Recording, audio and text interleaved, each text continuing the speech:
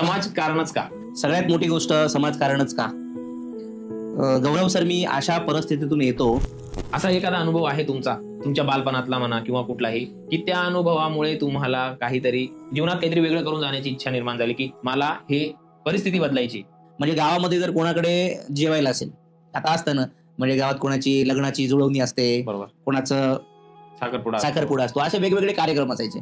आणि साहजिक काय असतं, खेड्यामध्ये जी कुटुंब प्रतिष्ठित असतात ना, त्या कुटुंबांच्या घरच्यांना बोलवण्यात येते. बरोबर. आता मी मजुरी करणाऱ्या घरातला असल्यामुळे साहजिक मला आठवत नाही की माझ्या आई वडिलांना काही फार सन्मानाचं निमंत्रण नसायचं. बरोबर. आणि म्हणून मग माझ्या शाळेत शिकणाऱ्या मुलांचे सगळ्यांचे वडील त्या ठिकाणी असायचे, पण त्या गर्दीमध्ये मी शोधायचो माझे वडील नसायचे. तर जेव्हा कार्यक्रम व्हायचा तुम्हाला सांगतो आणि लोक जेवायला बसायचे, तर माझा पण आग्रह असायचा की मी पहिल्या पंक्तीला असलो पाहिजे, पण मला कोणी पहिल्या पंक्तीला बसू देत नव्हतं.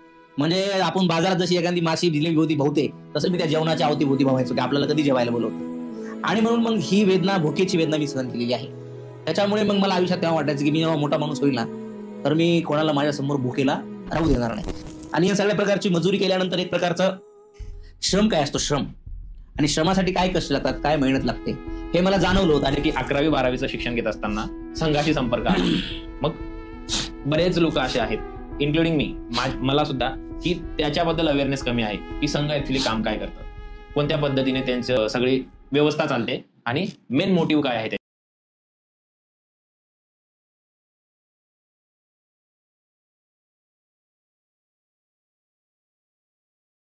नमस्कार मंडळी, पुन्हा एकदा तुमचं स्वागत आहे द सोशल लेन्स चॅनलवरती. जसं की तुम्हाला माहिती आहे, आपल्या या पॉडकास्ट चॅनलवरती आपण प्रत्येक वेळेस काहीतरी नवीन स्टोरी, नवीन एक्सपिरियन्स आणि नवीन व्यक्तिमत्व मी तुमच्यासमोर आणण्याचा प्रयत्न करतो. आणि याच गोष्टी लक्षात ठेवून आज पुन्हा एकदा आपण एक असं व्यक्तिमत्व आपल्या पॉडकास्ट चॅनलवर आणलंय ज्यांचं समाजकारण खूप मोठं आहे आणि त्यांची जी लाईफ जर्नी आहे ती देखील तुम्हाला ऐकायला खूपच आवडेल. आणि 100% गॅरंटी देऊन सांगतो की त्या जर्नीमधून तुम्हालाही खूप साऱ्या गोष्टी शिकायला मिळतील, इन्स्पिरेशन भेटेल आणि तुमच्या भावी वाटचालीस देखील तुम्हाला खूप जास्त फायदा होईल. तर जराही वेळ न करता मी आपल्या चॅनलवरती स्वागत करतो ऋषिकेश सकनूर सर यांचं. सर नमस्कार. नमस्कार. आज 26 जानेवारी, वेळात वेळ काढून तुम्ही इथे आलात आणि मला माहिती आहे आज जेही डिस्कशन होणार आहे आपल्या इथे, जोही काही चर्चा रंगणार आहे, त्यात आतापर्यंत मला जितकं माहिती मी तुमच्याबद्दल घेतली आहे, यातून एवढंच कळून आलंय की या पॉडकास्टचा खूप सारा मोठा इम्पॅक्ट, प्रभाव आपल्या जेही व्ह्युअर्स आहेत त्यांच्यावर होणार आहे. 100% त्यांना काही नवीन गोष्टी तुमच्या माध्यमातनं, तुम्ही आतापर्यंत जे जीवन जगलात त्या माध्यमातनं आणि तुमच्या या स्टोरीच्या माध्यमातनं शिकायला भेटेल त्यांना, याची मी अपेक्षा करतो. सगळ्यात पहिला प्रश्न माझा असा आहे की समाजकारणच का?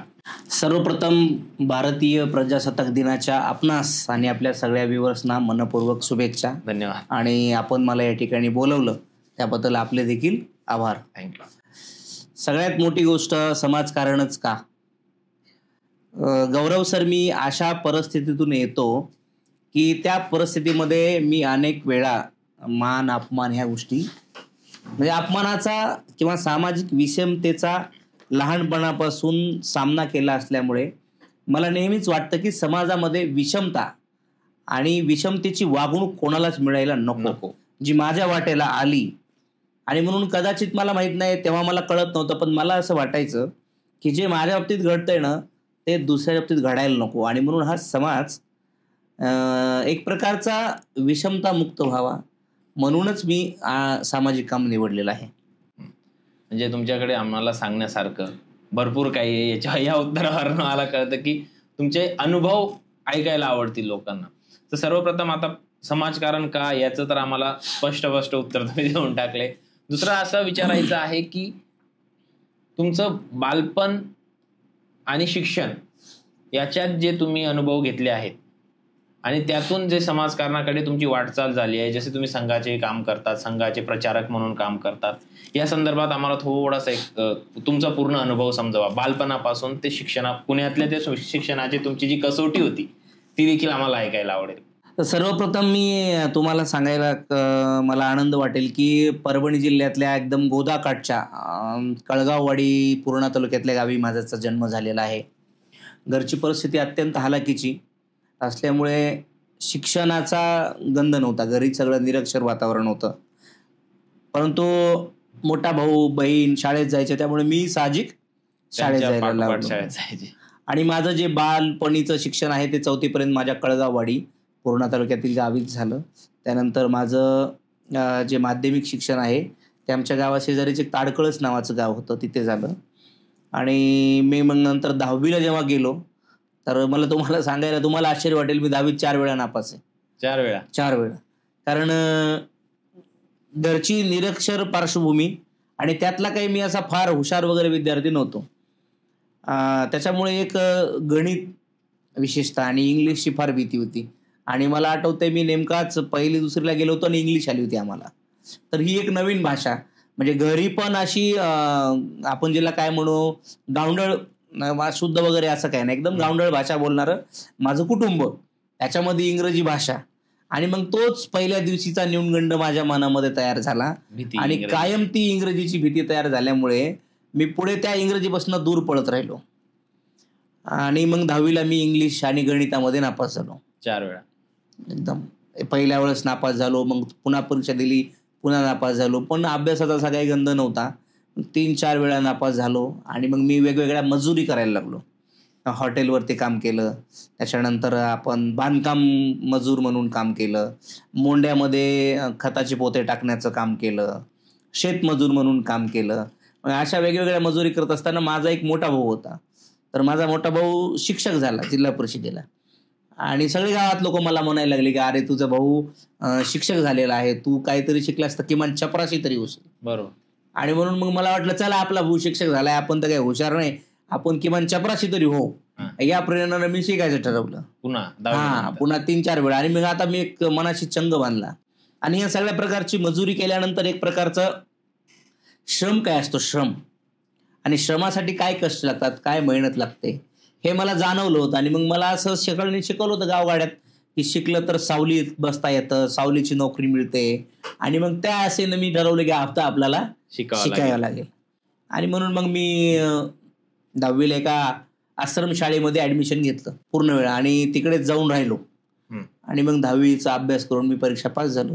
नंतर मग कॉलेज जीवनामध्ये 11वी-12वीला श्री शिवाजी महाविद्यालय आहे परभणीला, तर तिकडे मी प्रवेश घेतला आर्टला.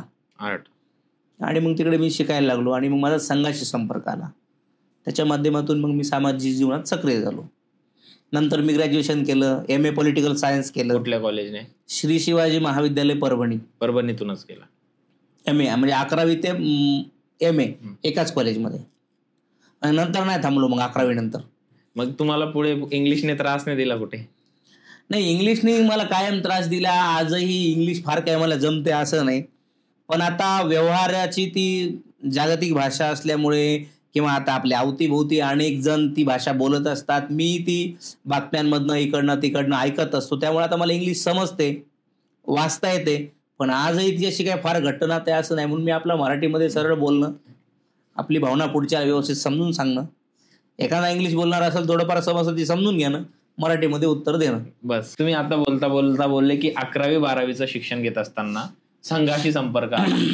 मग बरेच लोक असे आहेत, इन्क्लुडिंग मी, मला सुद्धा, की त्याच्याबद्दल अवेअरनेस कमी आहे की संघ ऍक्च्युली काम काय करतं, कोणत्या पद्धतीने त्यांचं सगळी व्यवस्था चालते आणि मेन मोटिव्ह काय आहे त्याच्या मागचा. याबद्दल अगर थोडंसं याच्याबद्दल जर प्रेक्षकांना ऐकायला मिळाले तर.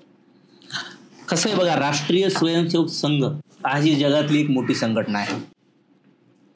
आणि मी माझ्या जीवनामध्ये संघाचा प्रवेश हा अत्यंत महत्त्वाचा मानतो. कारण मी तुम्हाला सांगितलं की माझी पार्श्वभूमी ही अत्यंत बिकट, म्हणजे फार हालाकीच्या परिस्थितीची. माझे आई वडील दोघंबी 2013-14 सालापर्यंत लोकांकडे कामाला, म्हणजे आमच्या वडिलांचं आता 70 वर्ष वय आहे, तर 50 वर्ष माझे वडील सालगडी म्हणून राहिलेले आहेत.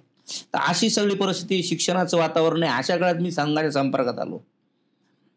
आणि संघाच्या संपर्कात आल्यानंतर माझं खऱ्या अर्थानं जगणं बदलून गेलं.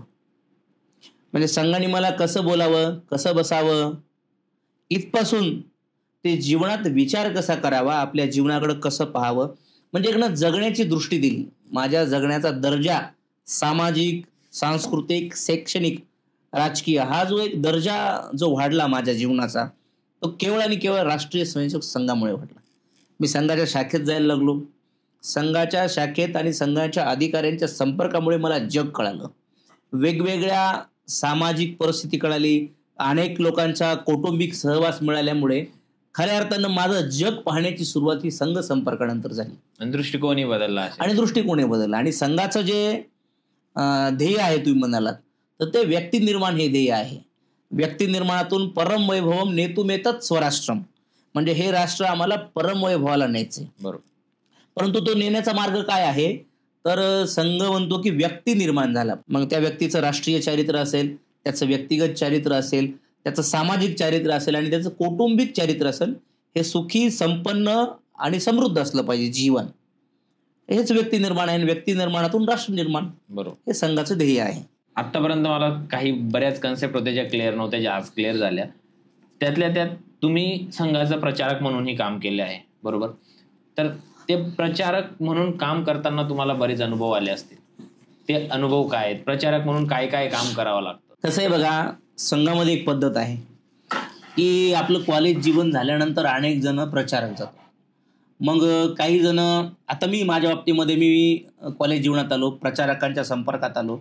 आणि प्रचारक म्हणजे कसं असतो, आपलं स्वतःचं शिक्षण पूर्ण झाल्यानंतर समाजाचं, देशाचं काम करण्यासाठी आपलं घर सोडतो.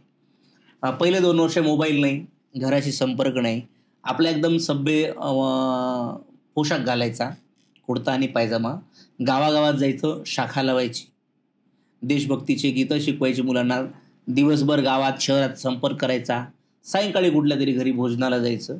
आपला असा दिनक्रम असतो. आणि हे सगळं पाहून मला पण एक प्रेरणा मिळाली की अनेक उच्च शिक्षित लोक शिक्षण झाल्यानंतर आपल्या घराची परिस्थिती अनेकांच्या चांगली होती, तरी देखील ते समाजाचं काम करण्यासाठी, खरं तर ग्रॅज्युएशन किंवा मास्टर ऑफ झाल्यानंतर हे उमेदीचा काळ असतो, बरोबर. आणि ह्या उमेदीच्या काळामध्ये लग्न करणं, आपलं करिअर सेट करणं, या गोष्टी सोडून एखादा माणूस देशासाठी प्रचारक जातो. हे माझ्यासारख्या मुलाला एकदम म्हणजे आश्चर्यचकित करणारं होतं आणि प्रेरणा देणारं होतं. आणि मग मी म्हणलं की आपल्याला पण असलं जीवन जगायचंय. आणि म्हणून मी अनेक वरिष्ठ प्रचारकांची प्रेरणा घेतली आणि संघाला सांगितलं की मला प्रचारक जायचंय. आणि मी माझं ग्रॅज्युएशन झाल्यानंतर मी प्रचारक निघालो. तर प्रचारक मी तुम्हाला सांगितलं की प्रचारक मी जेव्हा निघालो, माझ्याकडे 2 वर्ष कुठलाही मोबाईल नव्हता, घराशी काही संपर्क नव्हता. मला धरणगाव, जळगाव जिल्ह्यामध्ये एक तालुका दिला होता. मी त्या गावात जायचो, वेगवेगळ्या गावांना संपर्क करायचा. आज ह्या गावात, उद्या त्या गावात, परवा ह्या गावात. थोडं बाजारपेठेचं गाव असेल तर 8 दिवस त्याच गावात राहायचं. सकाळी उठायचं, आंघोळ करायची, गावातले लहान मुलं एकत्र करायचे, खेळ खेळायचे, देशावरचे गीतं म्हणायचे आणि खेळाच्या माध्यमातून, गीतेच्या माध्यमातून आणि बोधकथेच्या माध्यमातून देशभक्तीचा संस्कार देण्याचं काम करायचं. मग दिवसभर गावातल्या व्यापारी, व्यावसायिक, शेतकरी यांच्या भेटी घ्यायच्या. पुन्हा सायंकाळी शाळा सुटली, कधी तरुणांना एकत्र करायचं, कधी मुलांना. तर हे अशा प्रकारचं मी गावागावांमध्ये जाऊन काम केलं. तर हे एक प्रचारक जीवन होतं. याच्यामध्ये मला समाजाकडे बघण्याचा दृष्टिकोन आला. म्हणजे जसं मी तुम्हाला सांगितलं की माझी कौटुंबिक पार्श्वभूमी सांगितली, तर मी प्रचारक असताना म्हणजे कमीत कमी 2000 घरी जेवण केलं असेल त्या काळामध्ये. 2-3 हजार घरी जेवण, रोज नवी, सकाळी वेगळ्या घरी, संध्याकाळी वेगळ्या घरी. तर प्रचारक असताना मला सगळ्यात जास्त काय कळालं की मी एका छोट्याशा खेड्यातून आलेला मुलगा, पण मी प्रचारक गेल्यामुळे मला समाज जीवन लक्षात आलं. बरोबर. म्हणजे वेगवेगळे समाज, वेगवेगळे आर्थिक घटक, वेगवेगळे शैक्षणिक घटक. समजा एखादा मेहतर समाजातला माणूस असतो आणि एखादा प्राध्यापक आहे, एखादा उद्योजक आहे, एखादा सी आहे, एखादा बँकर आहे, एखादा शिक्षक आहे. म्हणजे असे जे समाजातले वेगवेगळे वर्ग आहेत, सामाजिक आणि आर्थिक व राजकीय दृष्ट्या, तर ह्या सगळ्यांचं जीवनमान अत्यंत जवळून पाहता आलं. बरोबर. कारण संघाचं काम हे अत्यंत कौटुंबिक आहे, पारिवारिक आहे. त्यामुळे मला अशा वेगवेगळ्या समाज घटकातले आणि वेगवेगळे सगळे प्रवर्ग लक्षात आले. त्यामुळे मला ना समाजातल्या समस्या, कुटुंबातल्या समस्या अशा विविध अंगी पाहायला मिळाल्या. त्याच्यामुळे प्रचारक गेल्यामुळे मला असं वाटतं की माझा दृष्टिकोन व्यापक झाला आणि मला एक जगण्याची दृष्टी मिळाली प्रचारक गेल्यामुळे. बरोबर. आता समाजाबद्दल आपण एवढं बोललो. आता तुम्ही येता प्रॉपर मराठवाडा साईड तिकडचे, जे आत्ता महाराष्ट्रात करंट सिच्युएशन चालू आहे, समाजाच्या आंदोलनं चालू आहेत वेगवेगळ्या समाजाचे, त्यांच्या काहीतरी अटी शर्ती या सगळ्या ते सरकार पुढे मांडता आहेत, यावर तुमचा काय विचार आहे? हे बघा, आत्ता एकूण सगळी जी आंदोलनं आहेत, तर खऱ्या अर्थानं म्हणता येईल की आंदोलनांची भूमी म्हणजे मराठवाड्यात झालेली आहे. एक आंदोलन थांबलं की दुसरं आंदोलन असतं. पण साहजिक आहे, समाजाचं सरकारकडे आपल्या मागण्या मांडणं अधिकार आहे, हा अधिकार आहे आणि ते साहजिक आहे. बरोबर. सरकारकडे नाही तर आपल्या मागणी आणि हक्क कोणाकडे मागेल समाज. त्यामुळे ते मागणं, आंदोलन करणं, संवैधानिक मार्गाने आपल्या मागण्या सरकारसमोर ठेवणं, त्या मागण्या मान्य करून घेणं, हे प्रत्येक समाजाचा मला असं वाटतं अधिकार आहे. त्यात काही दुमत नाहीये. परंतु त्या मागण्या घटनेला धरून आहेत का, हाही आपण विचार केला पाहिजे. आणि जर त्या घटनेला धरून असतील तर सरकार त्यावरती योग्य तो निर्णय नक्कीच घेईल. आणि जो सरकारने निर्णय घेईल तो घेतलेला निर्णय कायद्याप्रमाणे व्यवस्थित आहे न्यायालय ठरवेल. आणि जर न्यायालयाने ठरवलं तर ती गोष्ट मला असं वाटतंय एक संविधानप्रेमी नागरिक म्हणून आपण सगळ्यांनी मान्य केली पाहिजे. बरोबर. कारण की मागच्या 2, 3, 4 वर्षापासून या गोष्टींवर जास्त राजकारण होतंय असं मला दिसतंय, त्याच्यामुळे हा प्रश्न होता. आता जसं आपलं डिस्कशन झालं त्यावर तुम्ही बोलले की तुम्ही जवळपास 3 ते 4, 2-3 वर्ष संघाचे प्रचारक म्हणून काम केलं आणि त्याच्यानंतरही बऱ्याच वर्ष तुम्ही आता संघाबरोबर काम करताय. आणि असेही बोलले होते की तुमचे वडील जवळपास 30 ते 40 वर्ष सालगडी म्हणून काम करत होते. तर हे कसं काय मॅनेज होत होतं? तुम्ही संघाचंही काम करत होते, घरी वडील काम करत होते, मग यात तुम्ही मॅनेज गोष्टी कशा केल्या?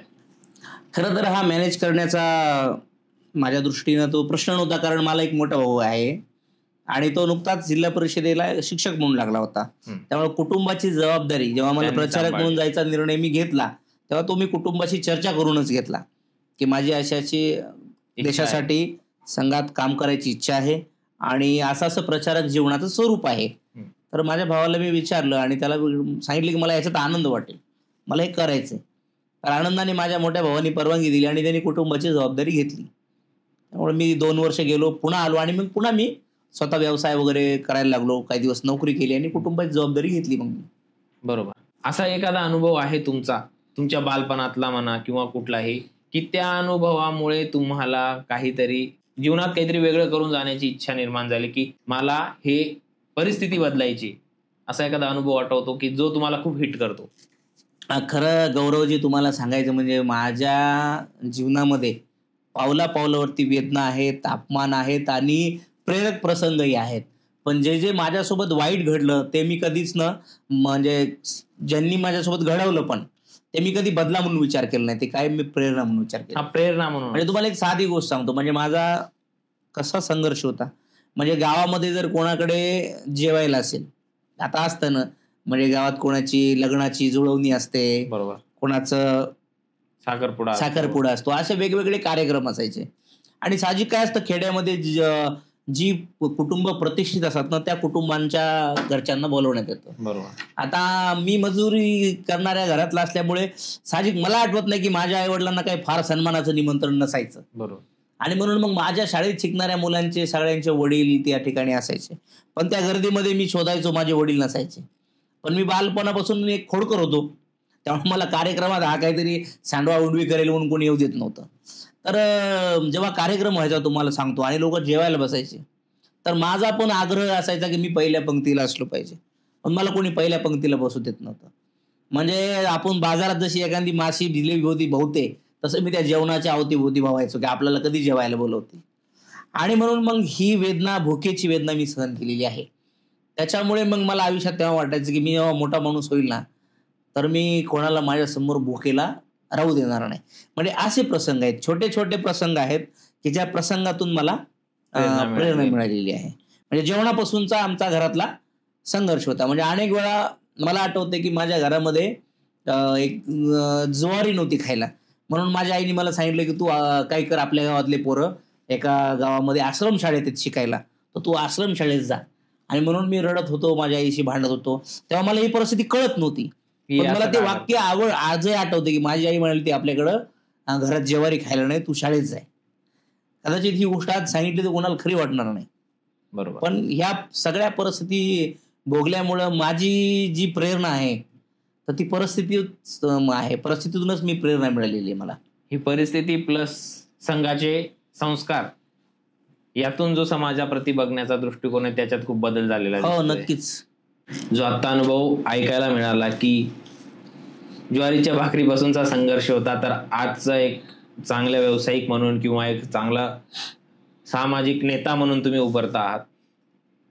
या सगळ्या गोष्टींना लक्षात ठेवूनच पुढचा प्रश्न असा आहे की बालपणाचं तर झालं, पण जेव्हा तुम्ही प्रचारक म्हणून काम करत होते तेव्हाही तुम्हाला असे काही अनुभव समाजाकडनं बघायला मिळाले? बघा, तुम्ही तर एक चांगला संदेश घेऊन, चांगले शिक्षण देण्यासाठी किंवा चांगला एक संदेश देण्यासाठी गावोगावी काम करत होते किंवा घरोघरी मुलांना समजवत होते, प्रेरणा देत होते. पण मग समाज तुमच्याकडे कोणत्या दृष्टीने पाहायचा? समाजाचं तुमच्या प्रती बिहेवियर काय होतं? कसे तुम्हाला ते वागवायचे त्या काळात? हे बघा, आता म्हणजे जर सांगायचं झालं तर समाजामध्ये मी जब्बा आणि पायजमा घालून फिरायचो, मोबाईल नसायचा. म्हणजे रिसेंट आता 2018, 20, 17च्या काळामध्ये लोक बोलायचे तुमच्याकडे मोबाईल नाही, असा कसा माणूस आहे मोबाईल नसलेला? आणि खरंच माझ्याकडे मोबाईल नव्हता, पण तो मोबाईल नसल्यामुळे माझं वाचन खूप व्हायचं. आणि तुम्ही प्रश्न जो विचारला की समाज तुमच्याकडे कसा बघायचा, तर गौरवजी काय झालेलं आहे बघा, म्हणजे समाज हा बहुरंगी, बहुढंगी, विचारी आहे. म्हणजे जेवढे लोक तेवढे विचार, तेवढ्या दृष्टी आहेत.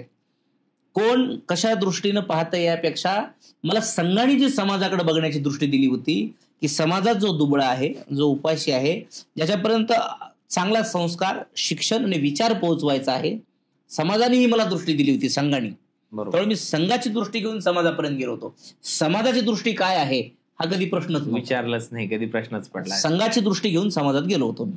बरोबर.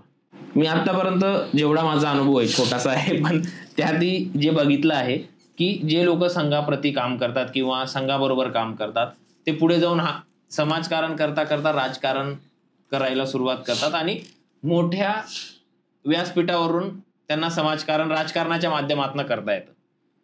तर मग तुमचा असा काही प्लॅन आहे का? हे बघा, लोकशाहीने प्रत्येकाला दिलेला अधिकार आहे. तो व्यक्ती संघात असो अथवा नसो, राजकारणात येऊ शकतो, कुठल्याही क्षेत्रात जाऊ शकतो, तो लोकशाहीने दिलेला अधिकार आहे.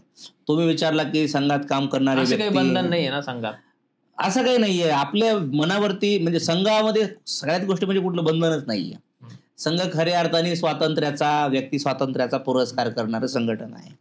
त्यामुळं मला साहजिक वाटलं की आपण आता संघाचं वगैरे काम केलं आहे, थोडंसं राजकारणात जावं असं माझ्या मनात इच्छा आलं. मी संघात आमच्या वरिष्ठांशी चर्चा केली की मला या क्षेत्रामध्ये आवड आहे, आणि त्यांनी सांगितलं तुला जर आवड असेल तर तुझा व्यक्तिगत तो निर्णय आहे. बरोबर. आणि म्हणून मी राजकारणात जाण्याचा निर्णय घेतला.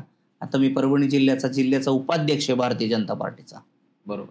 मग आता निर्णय घेतलाच आहे, तर मग पुढची कोणती निवडणूक आहे जी तुम्ही प्रयत्न करताय किंवा तुमचं लक्ष आहे की ती करायची आहे किंवा ती लढवायची आहे? असं खरं तर काही लक्ष नाहीये माझं व्यक्तिगत. खरं तर मला ना राजकीय क्षेत्रात काम करायची आवड आहे, आणि त्यातल्या त्यात केवळ राजकीय क्षेत्र नाही तर ते हिंदुत्वाच्या विचाराचं राजकीय क्षेत्र, आणि ते साहजिकच आहे भारतीय जनता पार्टी. त्यामुळे मी भारतीय जनता पार्टीत प्रवेश केलेला आहे. आत्ता स्थानिक स्वराज्य संस्थांच्या वगैरे वेगवेगळ्या निवडणुका आहेत, पण तसा काही आज माझा मानस नाहीये.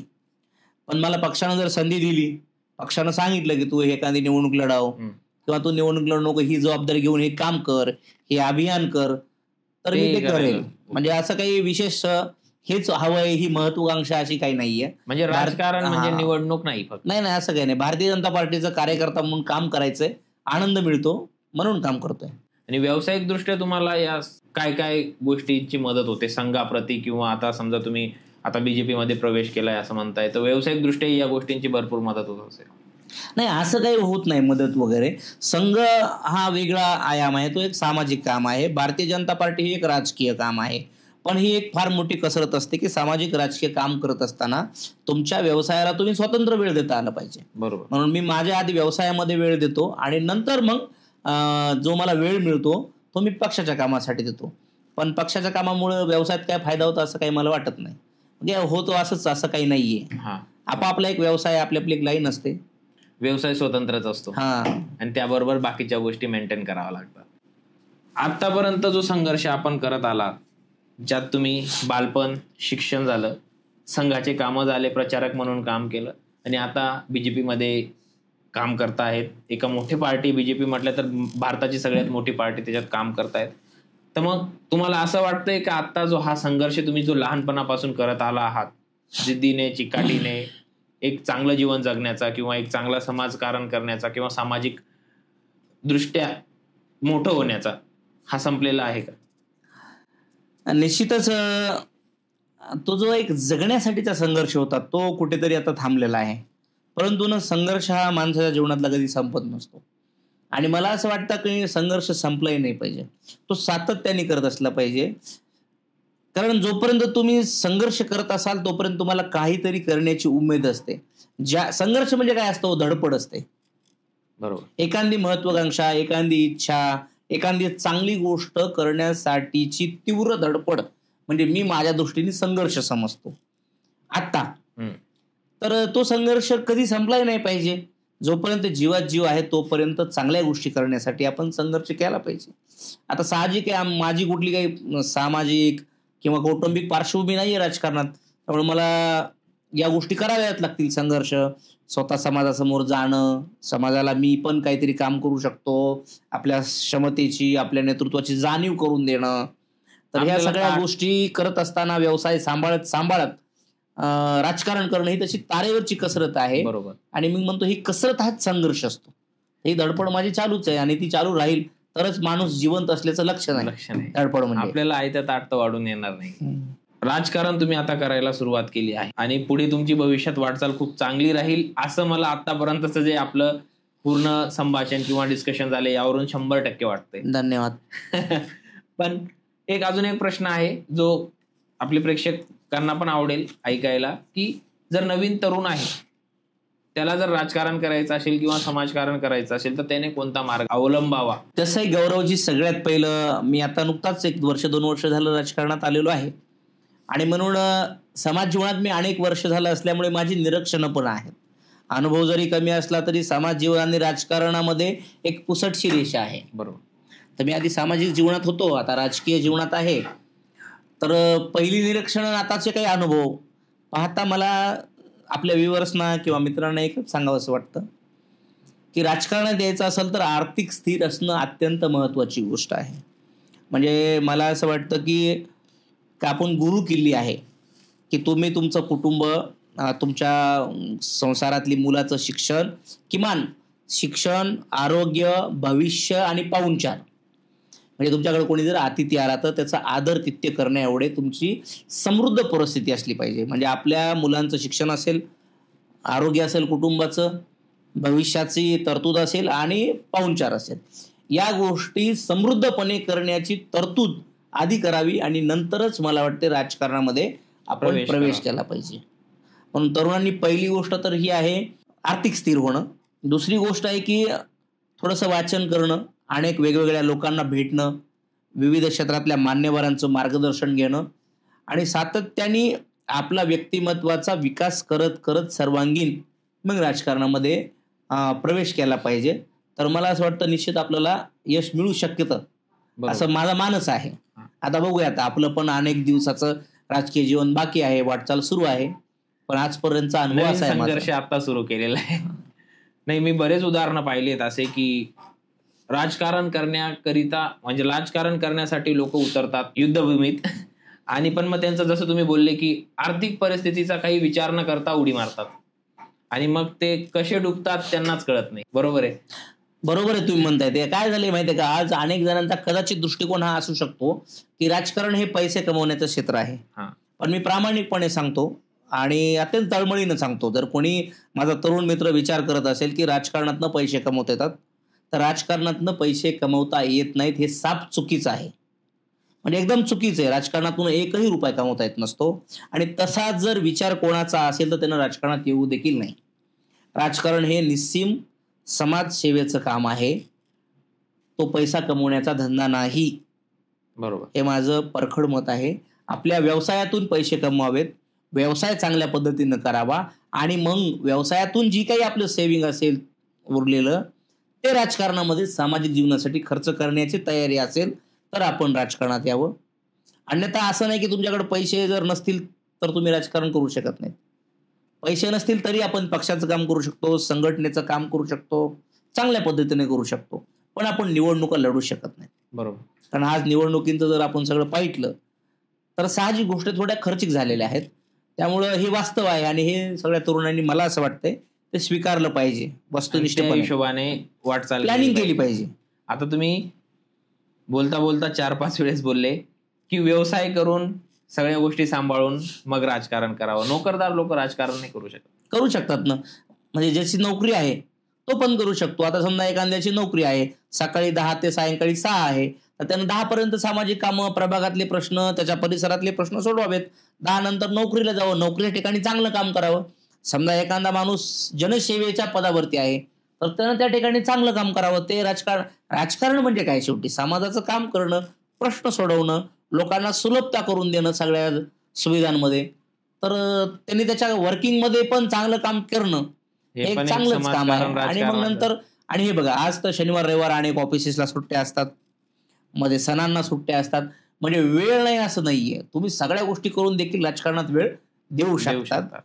फक्त एकच आहे की तुम्हाला निवडणुका वगैरे जर लढवायच्या असतील तर तुम्हाला पूर्ण वेळ द्यावा लागतो. वाचन, आता थोडंसं आपण वाचनावर बोलू. तुम्ही बोलले की तुमच्याकडे 2-3 वर्ष मोबाईल नव्हता, त्या काळात तुम्ही खूप जास्त वाचन केलं आहे. आता बाबासाहेब आंबेडकर झाले, छत्रपती शिवाजी महाराज झाले, अहिल्याबाई होळकर झाले, यांच्याबद्दल तुम्ही खूप सारं वाचन केलं आहे. आणि अजून एक गोष्ट आहे की तुम्ही अध्यासन केंद्र पण चालवतात, तर त्याबद्दल थोडीशी माहिती मिळेल.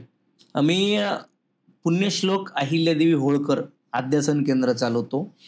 योगायोगाने आत्ता पुण्यश्लोक अहिल्यादेवी होळकरांचं त्रिशताब्दी जयंती वर्ष सुरू आहे आणि त्या अध्यासन केंद्राचं आम्ही स्थापना केलेली आहे पुण्यातच.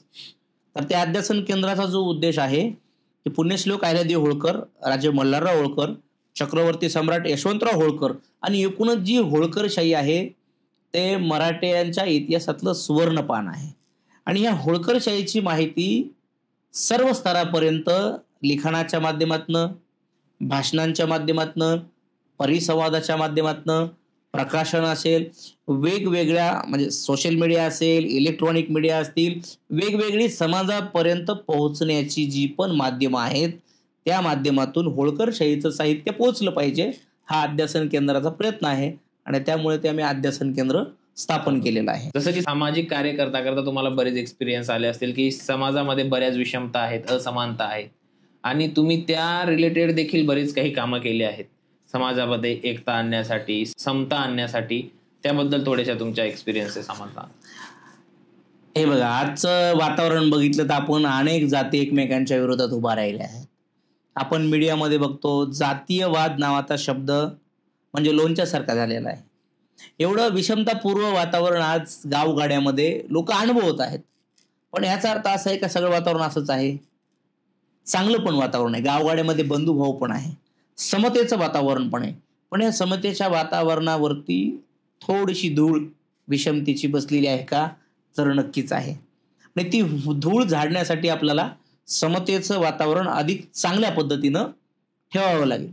आता माझ्या गावातला तुम्हाला किस्सा सांगतो. मी लहान असताना माझ्या गावामध्ये एक होलर समाज आहे जो शेड्यूल कास्टमध्ये येतो. तर त्यांना मंदिरावर प्रवेश नव्हता. समजा आम्ही मंदिरावर जेवायचो आणि ते खाली जेवायचे. ऊन जरी असेल कडक, म्हणजे एकदम कडक ऊन, मार्च एप्रिलचं, तरी आमचे बांधव खाली जेवायचे, आम्ही वरी जेवायचो. आणि मग लहानपणापासून ही जी विषमता होती, असमानता होती ना, ती अशी मनाला आणि डोक्याला खटकायची. हे असं कशामुळे असेल? पण मी पुढे सांगितलं, संघाच्या कामात आलो आणि मग मला हे सगळं समजायला लागलं. फुले, शाहू, आंबेडकर हे पण मी वाचले आणि मग त्याच्यामधून ही विषमता, जातीयता मला जाणवायला लागली.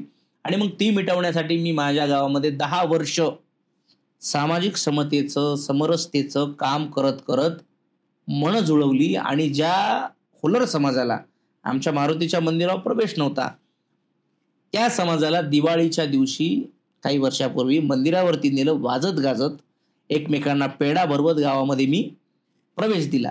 दुसरी गोष्ट, घरातही वातावरण होतं आमच्या हे. बरोबर. वेगळी कपं असणं चहा प्यायला, वेगळी ग्लास असणं, वेगळी ताटं असणं. मी आणि माझ्या भावानी सुरुवातीला माझ्या घरातून हे सगळं संपवलं. आई वडिलांना हा सगळा बाबासाहेबांचा, फुलेंचा, शाहूंचा, हेडगेवारांचा, स्वातंत्र्यवीर सावरकरांचा विचार समजून सांगितला, सामाजिक समरसतेचा. आणि आमच्यावरती एवढा आई वडिलांचा विश्वास होता, जरी निरक्षर असले तरी मुलं जे सांगतात त्या गोष्टीवर विश्वास असल्यामुळे त्यांनी देखील आमच्या कुटुंबामध्ये समतेचं वातावरण स्वीकारलं. मी पर्यायाने माझ्या घरातून, माझ्या कुटुंबातून, भावकीतून, गावातून हे काढून टाकलं. आणि आज एक दिलानं आम्ही गावामध्ये सगळेजण बंधुभावाने नांदत आहोत. तर हेच जे काय राहिलं साहिलं आजही मनांमध्ये भेद असतील ते भेद पुसायचेत आणि एक चांगला समृद्ध समाज घडवायचा. समतापूर्वक निर्माण करायचं आपल्याला. बरोबर. आणि हेच एंड गोल पण सगळ्यांचा आहे की समाज एकदा एकतेने राहायला लागला तर ऑब्व्हियस आहे की त्याच्याच राज्याला, त्याच्याच गावाला आणि त्याच्याच देशाला फायदा होतो आणि देशाची वाटचाल पुढे महासत्ता होण्याकडे होईल. नक्कीच. सो आजचं हे पूर्ण जे डिस्कशन झालं, आपला पूर्ण जो पॉडकास्ट झाला, त्यात आपण बघितलं की तुमचं बालपण कसं होतं, देन आफ्टर एज्युकेशन जे तुम्ही केलं, तुमचा 10वीचा किस्सा ज्यात तुम्ही 4 वेळा पुन्हा पुन्हा पेपर दिले, ऍक्च्युली जोक्स पार्ट, त्याच्यानंतर संघ जॉईन केला, त्यातून तुम्ही कसे घडले, तुमचे विचार कसे घडले, प्रती तुमचा बघण्याचा दृष्टिकोन कसा बदलला, त्यातून तुम्ही समाज घडवण्याचे कसे कामं केले, आता लास्टला बोललो आपण समतोल समाजामध्ये राखण्यासाठी तुम्ही काय घरातून कशी सुरुवात केली आणि ती देन आफ्टर भावकी आणि भावकीतून गाव हे कशी पूर्ण गोष्टी घडवून आणल्या, त्याच्यानंतर राजकारण झालं, समाजकारण झालं. हा पूर्ण प्रवास मला नक्कीच वाटतो की प्रेक्षकांना खूप जास्त प्रेरणादायी वाटला असेल. एक काळ असा होता की घरात ज्वारी नसल्यामुळे आश्रम शाळेत पाठवावा लागलो होतं शिकवायला, आणि आता काय स्वतःच्या गोष्टी स्वतः शिकवून, सगळे गोष्टी समजून, समाज समजून किंवा संघामध्ये जाऊन या सगळ्या गोष्टी अडॅप्ट करून तुम्ही आज असं जीवन जगता आहे जे प्रत्येकाचं स्वप्न असतं आणि तुमचंही स्वप्न होतं. नक्कीच सगळ्या प्रेक्षकांना ही स्टोरी किंवा ही प्रेरणादायी तुमचा जो संघर्ष होता ऐकायला आवडला असेल आणि त्यातून त्यांनी बऱ्याच गोष्टी शिकल्या देखील असतील. मी तुम्हाला तुमच्या भावी वाटचालीसाठी, म्हणजे मी आता एवढ्या वेळ बोललो ना, यातून नक्कीच हे दिसून येत आहे की तुमची भावी वाटचाल, मग ती बिझनेसच्या दृष्टिकोनातून, तुमच्या व्यावसायिक दृष्टिकोनातून असू द्या किंवा समाजकारणाच्या दृष्टिकोनातून असू द्या किंवा राजकारणाच्या, ही नक्कीच एक वैभवशाली किंवा आपण असं म्हणायला हरकत नाही की 100% सक्सेस होण्याच्याच मार्गावर असणार आहे. तर तुम्हालाही खूप खूप अभिनंदन भावी वाटचालीसाठी, आणि तुम्ही वेळात वेळ काढून आज 26 जानेवारीच्या दिवशी आम्हाला वेळ दिला आणि हा पॉडकास्ट केला, त्याच्याबद्दल तुमचं धन्यवाद. धन्यवाद. थँक्यू.